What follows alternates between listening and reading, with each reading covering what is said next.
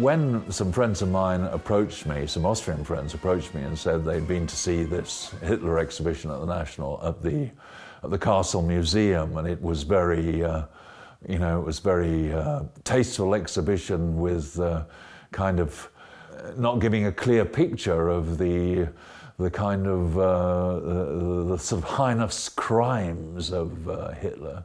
And they asked me if I would dress up as Pink Hitler and do some kind of protest. I thought about it, and I decided to do it on the basis that if Hitler had been a campaigner for peace, love and friendship and laughter, the world would be a different place today. And I thought that if I could persuade a friend of mine to make me a Pink Hitler costume that had a kind of, with peace and love of hearts and doves all over it, there might be a way of protesting about this exhibition's apparent sympathy towards National Socialism and its views that would work for me. So that was how I got involved. And of course, when the following day, the Daily Telegraph newspaper had half a page about the opening of Linz 2009, which all was only focusing on this Hitler exhibition and how possibly could Linz have used Hitler for tourist marketing. And what Martin Heller said was that the city, that the 2009 organization had a duty to tackle the city's Nazi history. Well, that may be the case, but how you do it. I would like to have seen contemporary artists commissioned to make monuments protesting different aspects of the Nazi history of Linz. And it could have been, they could have included the architecture and of course the stolen pictures and the things that were equally in the exhibition. That could have been part of the documentation of these monuments.